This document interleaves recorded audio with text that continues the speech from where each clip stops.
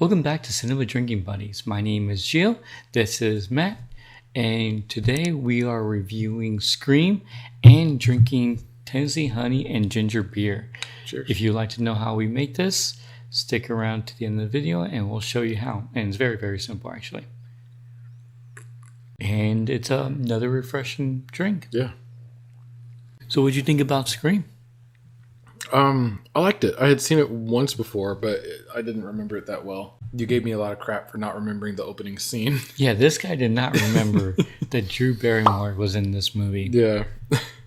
And it's weird because we were kind of talking about how it's unusual to see big name actors in roles like this, especially one as graphic as that one. Yeah. And as little screen time as it had, because she was easily the biggest name actor in the movie. And she was the first face you saw in the movie too. So you're like, oh, she's gonna be the main character, the main character.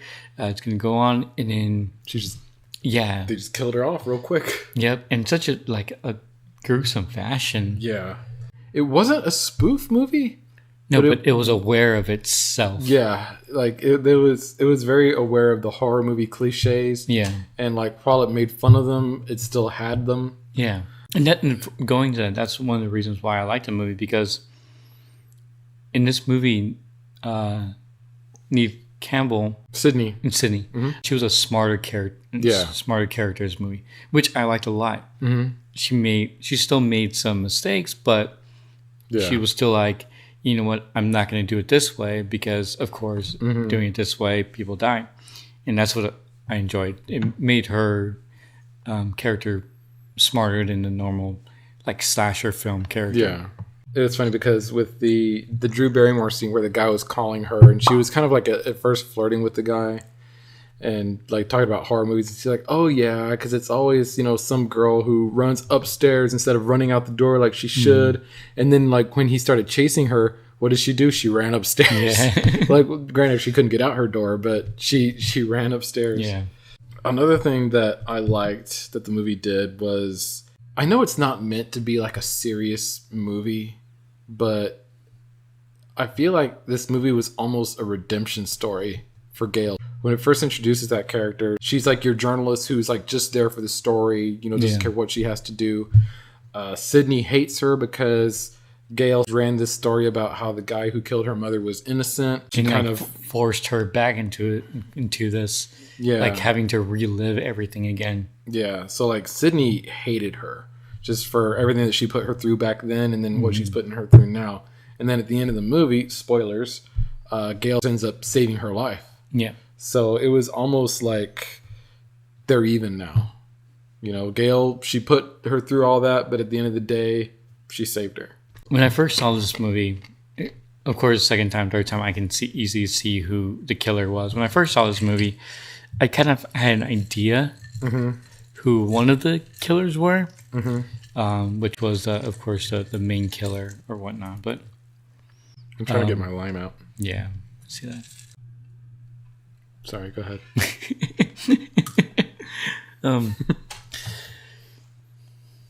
Go ahead, it's fine. One of the killers were, which was the main guy, but the other one, I didn't really expect him to be a killer. He seems kind of just out of the blue, just kind of goofy. Yeah, kind of I just want to be part of this because I'm part of this. But how the movie flowed, Dewey, he was that comic relief. What was his name? Dewey's actor's name. David Arquette? Yeah, David Arquette. He's always going into these not really serious roles. He's always been in a comedy role. Yeah. And so he played into they're like, you know what, you're good at this one, we'll keep you that. Not trying to keep you serious. He was sort of a comic. He was a cop and he was a comic relief, but at the same time, I don't feel like he was a bad cop. He wasn't. There's a word for it that I'll think of once we're done recording. Oh, okay. But I feel like he was even though he was a comic relief and sort of a goofy character, he was still a good. He tried to be a good cop. But he was good at his job. Is what I'm trying to get at. Not. I don't mean he was a good cop. He was a nice person. He was actually good at being a cop. So I think it's good when they can actually do stuff like that. I feel like this I feel like this is the more I think about this movie and the more I talk about it, that this is actually a better movie than it gets credit for. Yeah. It helped us continue the slasher film. Mm-hmm. And also they're making a Scream 5. Yeah. And so we did that in our news. In our news thing segment, a few weeks ago.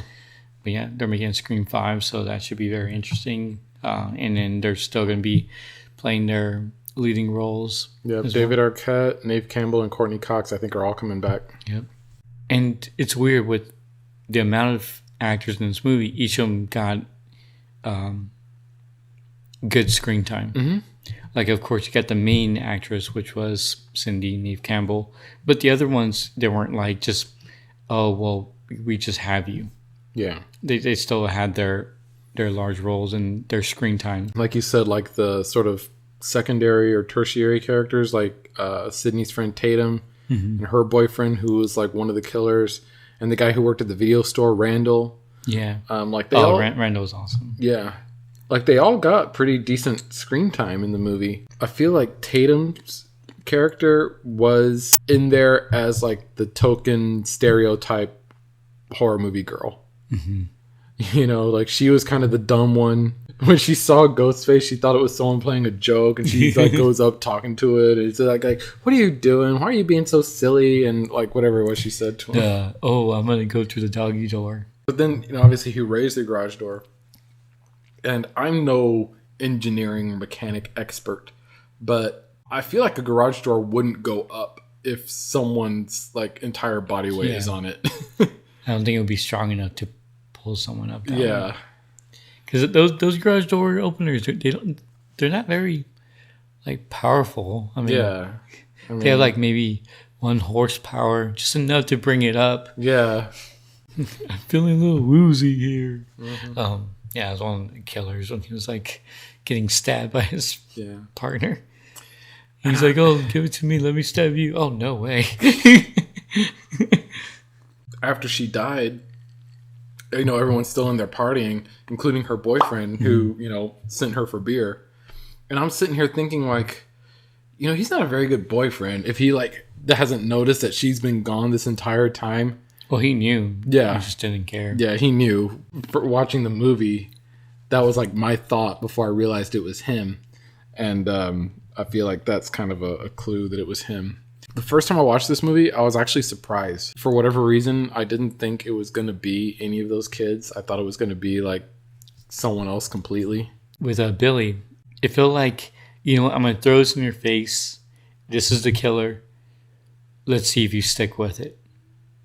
And that's what I felt like during the movie. In the very beginning, when the first incident happened to Cindy, he had the phone and the mask. Mm-hmm. The mask or whatnot. Or, yeah, he had the phone. The phone and a knife, I think. Or one of those two. He had the phone. It was something, but I don't know. It might have just been the phone. But like in the movie, it just basically like threw it in your face. Like, this is the killer. Mm-hmm. Like, let's see if you stick with it while other things are going on. And I was like, well, it's probably him. Most likely it's going to be him. And then in the movie, it even did it again, like, oh, well, he's the killer. Let's see if you stick with it. And then I feel like a lot of movies do that as like a red herring. Because like with Nightmare on Elm Street, and spoilers, that's the movie we're going to do next week, Nightmare on Elm Street. The first girl who dies in that movie, Tina, her boyfriend is suspected to be the killer. So it's like we, the audience, know he didn't do it, but everyone else does or thinks he did it because they weren't there. We saw what happened, but they didn't see what happened. And this one almost takes a opposite approach, or not really an opposite approach, but we don't have the same insight as we did with that one. So we get the person who is like the most obvious suspect, but he's, you know, let off pretty soon. And he doesn't seem like the type of guy who would do it, at least like the way the movie portrays him, but just all the clues point to him. Mm-hmm. So it's like, okay, well, it's obviously him, so it can't be him. Kept throwing in her face until the very end when he fell down the stairs and he's like, oh, it's ketchup. Mm. Or corn syrup or whatever it was. Oh, yeah, corn syrup. It just looks so, like, when he first got stabbed, it looked like, okay, well, that's got to be real. Then, like, he fell downstairs and he looked at it. It was like just the fakest thing ever. Yeah. The reason why he was one of the killers was because of his dad slept with Cindy's mom. Yeah. His dad had an affair with Sydney's mom, which caused his mom to leave. Yeah. And he had a grudge against Sydney's mom and her whole family. So he was actually the one who killed Sydney's mom a year ago, not Cotton or whoever it was that they had that had actually got convicted for her death. So Gail was actually right. Cotton was innocent. They framed him, and it was Billy, I guess, with the help of Stu, who killed Sydney's mom a year ago, and then they started killing people. And I think it was their plan to kill Sydney exactly a year after, but obviously that didn't work out. They weren't going to kill Sydney. They were going to kill her dad. Oh, no. Yeah. I think they were going to kill both of them. Yeah, they were going to kill her dad, frame it on Cindy, but then make Cindy look like she killed herself or something like that, right? I think they were going to make it look like one of them killed the other and then killed themselves. Whatever it was, their plan failed because, they didn't count on the horror movie person actually being smart. Yeah. And then Randall's character I liked a lot. He was basically that horror movie fan that knows all the cliches of horror movies and trying to let them know. Like, oh, this is the part where this happens. And yeah. He suspected it's like, Billy you'll from never the start. say, like, I'll be back, because then you never be back. Mm-hmm. He had 3 rules. 3 rules that you never do in a horror movie. One of them was you don't have sex. The other is that you don't do drugs. And then the other is you don't say, I'll be right back. Yeah. Those were his 3 rules. Because you had to, because the virgin always lives. Yeah. Sydney broke at least one of those rules. I'm sure at some point she said, I'll be right back. I don't know. Oh, no. Tatum. Did Tatum say I'll be right back? Yeah, when she went to go get the beer. The beer, yeah. Yeah, but he lived, didn't he, Randall? Or did he? Randall? Yeah. In this movie? Yeah, he lived in this movie. He lived. You say in this movie. I guess that means he died in a... He lives in this movie. Okay.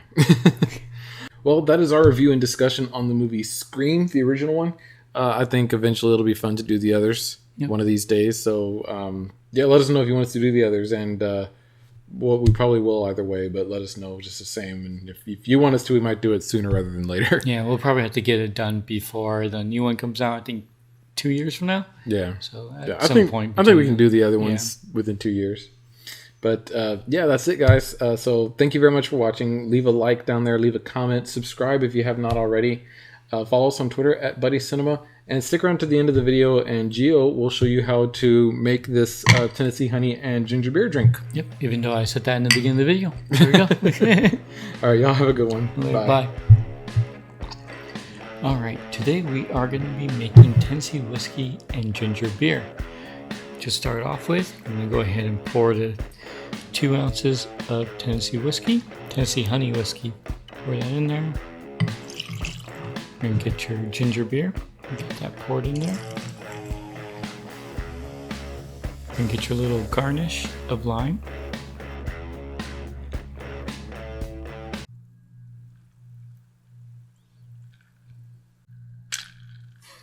And there's your Tennessee honey and ginger beer. Cheers.